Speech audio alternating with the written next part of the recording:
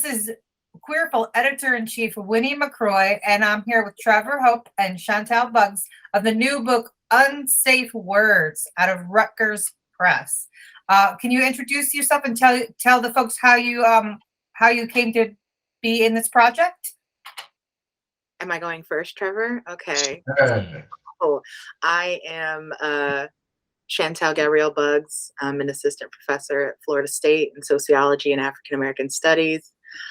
I had not been writing like kind of explicitly about sexual violence, though I do research on dating and intimacy, and so people I've done research with obviously have disclosed things like sexual assault or fears about sexual assault to me as in the course of my research. So it's certainly something that was on my mind in the work that I do. And then part of, I think, why Trevor reached out to me to collaborate was because I had been quite active in our kind of academic spaces, doing some organizing work against sexual violence in academic spaces specifically, based on some of my own experiences with sexual harassment and other issues around some kind of prolific scholars that had been outed as, committing sexual violence against other scholars. So that, I guess, kind of gives a sense of why I was invested in being a part of this project. And as a very out bisexual queer, it was important also to, I think, really get queer people's perspectives on navigating this, since there's, I think, some additional layers there. Amazing. And Trevor, what made you decide to delve into this material? Yeah, so I'm Trevor Hoppe, assistant professor of sociology at UNC Greensboro, and I have been fascinated with queer sex since I am also a queer person and have queer sex myself. And so I have noticed a lot of the conversation about Me Too has been talking about kind of Alyssa Milano and Harvey Weinstein, which is important and necessary, and has been this reckoning about powerful, particularly white men in Hollywood, but also in other places. And then I knew that queer communities were having different conversations about this stuff, but they weren't doing it in public because it's just been so unsafe, as the title of the book says, to have these conversations frankly, because you don't, when we were approaching this material, I don't want to come off as sort of dissing Me Too, right? Because Me Too is important. I think instead we want to say, hey, queer people, queer communities, we need to have our own conversation because our problems look a little different. They're not the same as they are for straight people.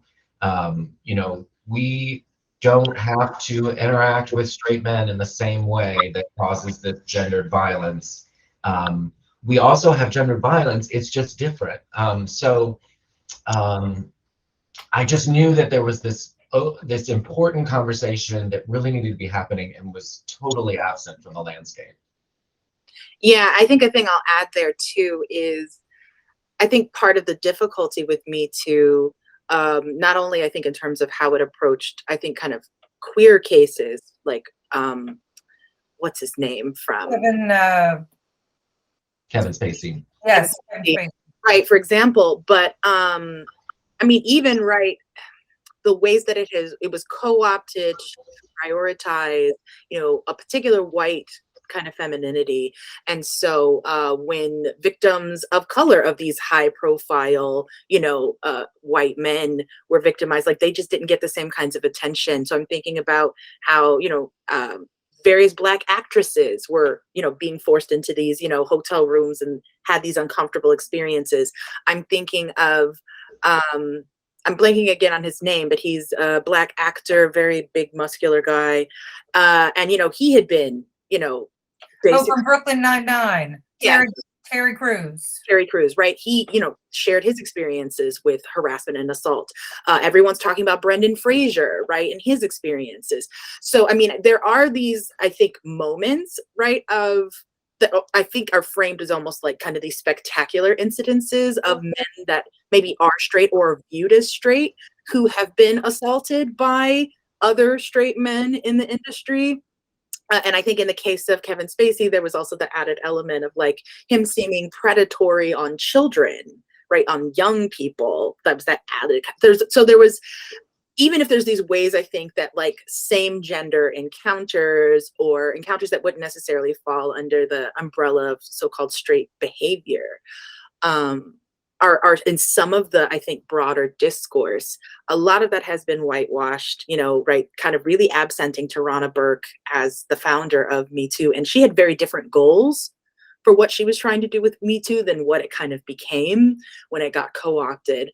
And then again, like there was, I think, really lacking this kind of nuance about how, you know, it's not like it's right, just kind of, you know, these predatory, dysfunctional people that are, you know, that would do, you know, assault even on people who are the same gender as them, or maybe they're closeted gays, you know, right? And this is their way of, you know, coming out, right? Like there's all of that kind of, I think, really problematic framing that reinforces some really bad ideas about queer people, and then adds to all these other elements. So there's I think there's a lot of rich nuancing to do about Me Too, and I think particularly when we're looking at that intersection of non-heterosexuality and non-whiteness. Right. It seems like these examples really dovetail with what Trevor was saying about the situation in the gay community. And Trevor, you touched on it a little bit.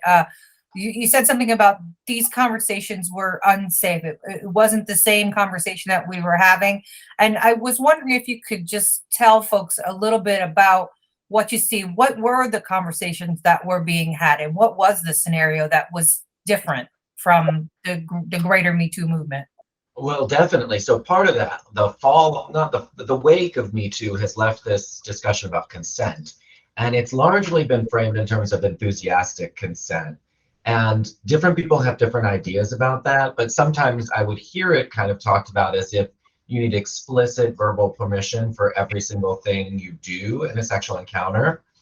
And I just know from myself as a gay man, you know, a white gay man, and the sex that I have, that is just not what sex looks like at all. And in fact, in some of our sexual spaces, verbal communication is like taboo. And yet there are other ways to achieve consent through a look, a wink, a nudge, even a cough. You know, there are various like signals, right? And it's not as if everyone's just, you know, out there non-consensually touching each other in those kinds of spaces. So I knew that there needed to be a different concept of consent, because what I was hearing some people sort of articulate was this idea that, you know, basically anything that wasn't enthusiastic was assault.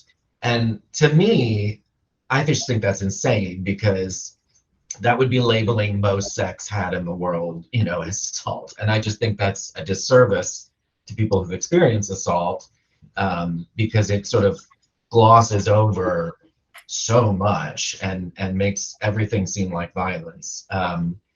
And I think we need to be really careful and really specify what is violence, because we need to root it out, we need to prevent it, we need to respond to it. But if we don't know what it is, we can't do that. And so, you know, some people need that kind of tool, you know, and I totally get that. It's if people have that desire, if they say to a partner, I need you to ask me along the way if this is okay, that's it, fantastic. Like that's great. They've put out that into the world. I'm not saying that no one should use that tool.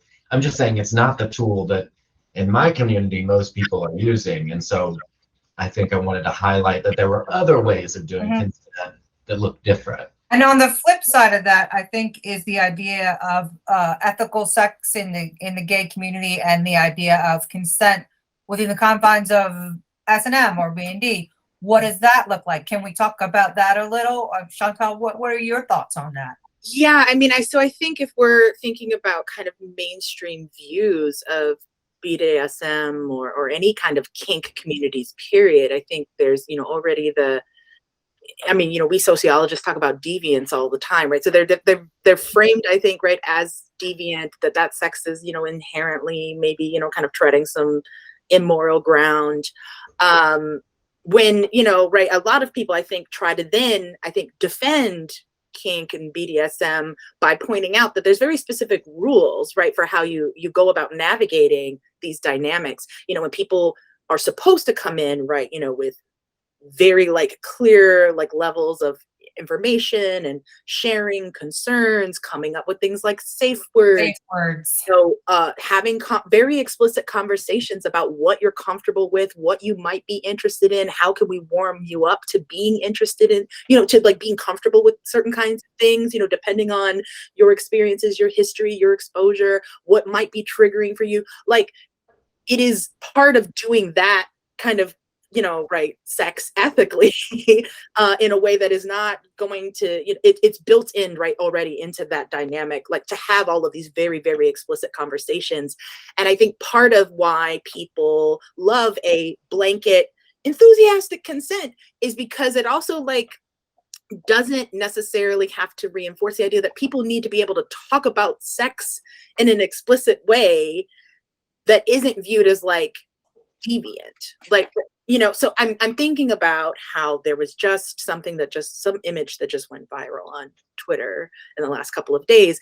And it was, I think it was not from a US like sex ed training for younger children, but it was like these diagrams of young people's bodies, and it was asking these children to point out, different body parts. And so the same document that's asking them to point out like an arm or an ear is also asking them to point out like what genitalia are, using scientific names for genitalia. And we have such discomfort around not just children even knowing, right, what the names of things are or what they could be used for.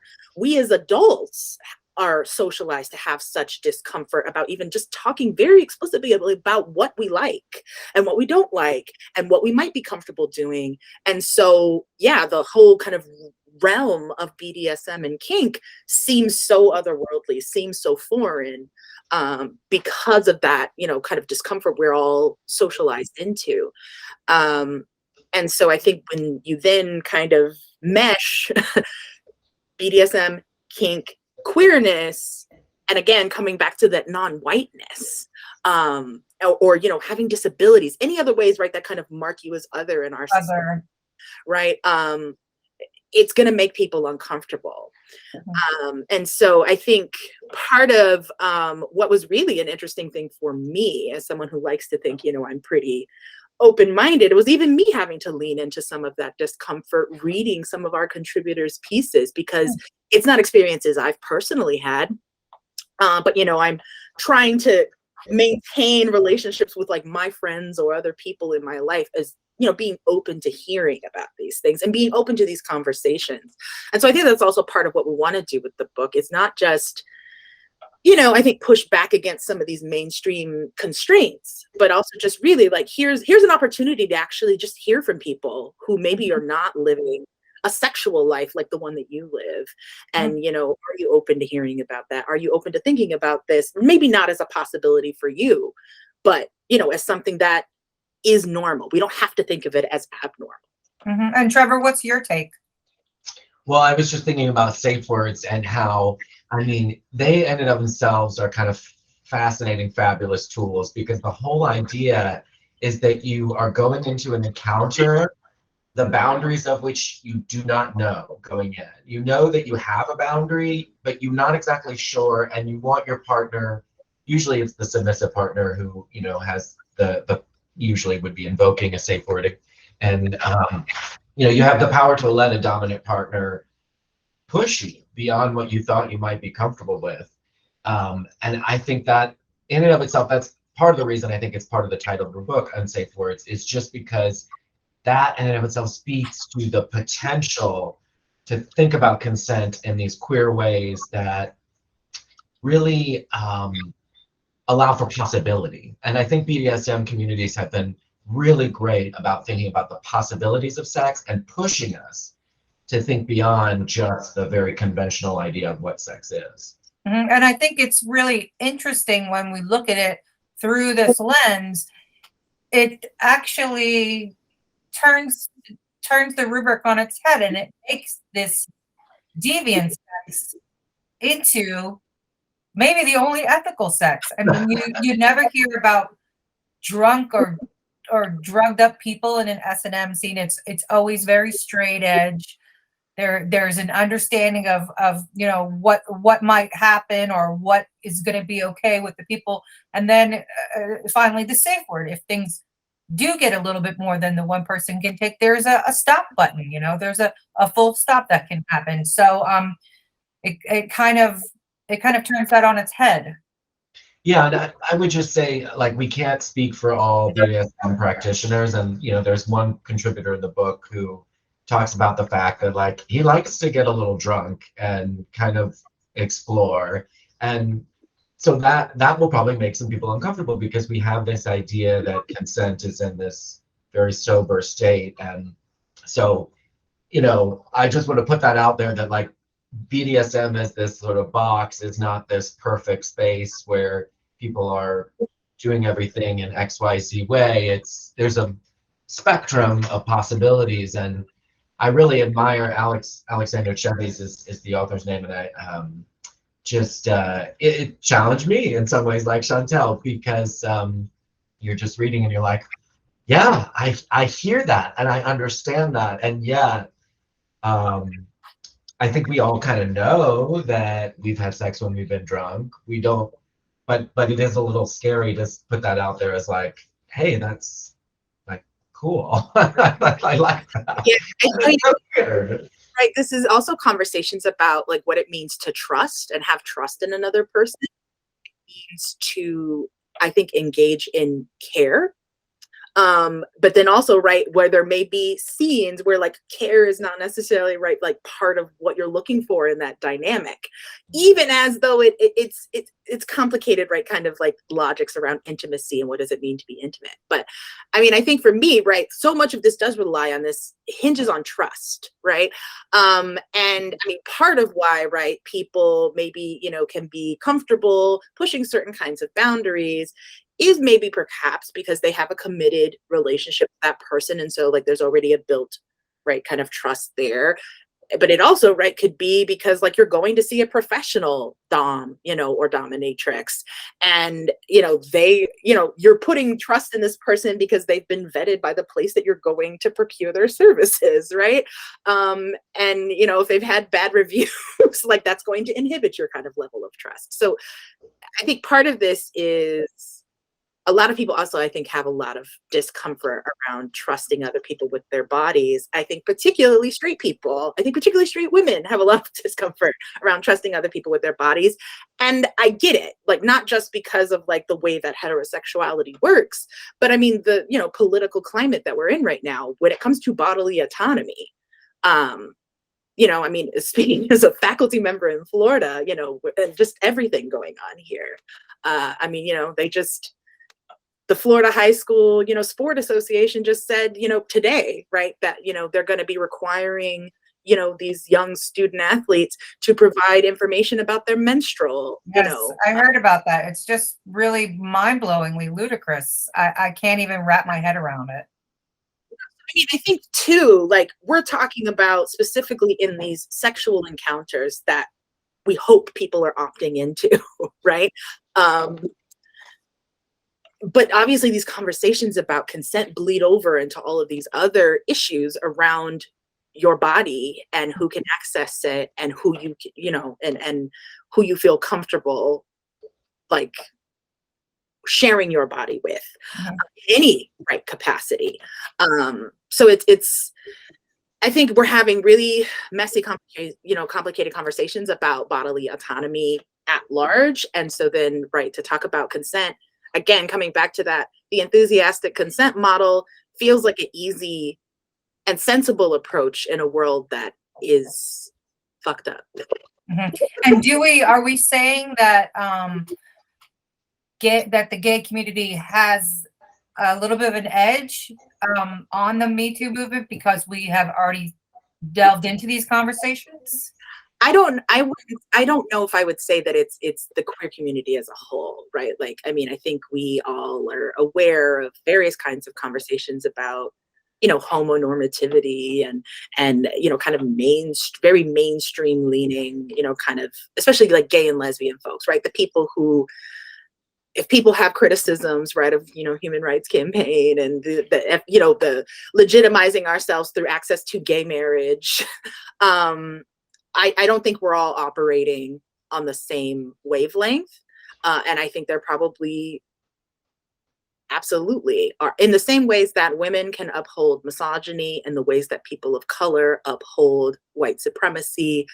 There are absolutely, I think, queer folks, people who maybe don't have straight sex, who still can uphold some of the logics of heteros, kind of hetero ways of being in the world, and hetero values.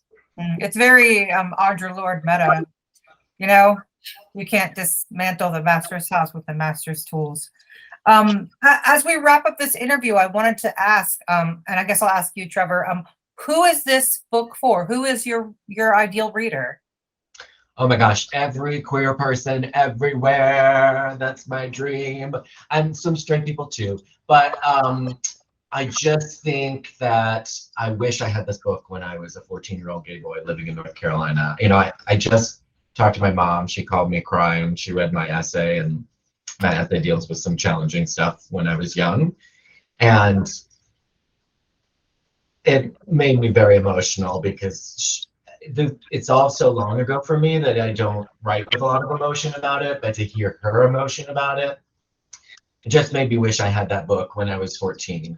So 14 and up, maybe 16 up. I don't know what the right age is, but I think young, especially queer people, really, this is a resource for them, I hope, and college students especially, but queer people everywhere really. Just, I hope we'll pick up this book to think about. Because, I think we know that, right? Like, there's a lot of complicated things around coming out isn't a one-time thing, right? It's this, it's kind of a lifetime thing, and people have different relationships to that queerness, and there's so much, I think, that like there's messiness about queerness and being queer. So I would hope that anybody of any age, would read it. Though I imagine those who probably are going to feel I don't know if the word's comfortable that I'm working with, or maybe even being seen, right? Would you maybe say it's like the ethical slut for this generation? Remember back in the 90s, the ethical slut? That feels like such a big, big shoes to fill. So, yeah. I don't think our goal, it wasn't to be comprehensive. We obviously can't speak for all queer people. We tried to cover a variety of experiences and perspectives. There's, all kinds of things I think we, could have done. You always write in kind of the aftermath, think about, well, we could have done X, Y, Z, I see this more as like an opening in a much bigger conversation that's going to continue on, and we are not, the ending point and by any means. I think we're just trying to open doors for some conversations, and hopefully more people, will respond maybe with other books or other kinds of work, I think, that, approaches these same issues. I feel like you are both being so humble to place yourself within the pantheon, and not necessarily at the top or the bottom, but just as another resource for people. I just want to thank you, and I want to, in closing, ask you to tell folks where they can get a copy of Unsafe Words or read more. So it's definitely available in most bookstores, whether online or in person, once it comes out on February 10th. But you can also order directly from the Rutgers University Press website, where we still have a discount code, actually, if you order it. I forget what the actual is. It like I don't want to mess it up. It's our Twitter. If you look there, you can feel free to post that. It's like, well, you can edit this out, but it's like RF something. You can find what it Our is. social media has we have a very active social media campaign to promote the book, so you can definitely find information about how to get a discounted rate on the book. But the book is very affordable. at full price at $19.95. So Fantastic. Well, this is Winnie McCroy here with Trevor Hoppy and Chantel Buggs of Unsafe Words. Thank you both so much for giving of yourself and your time to bring this message to the masses. thank Thank you. you, Winnie. Take care. Bye. Bye, y'all.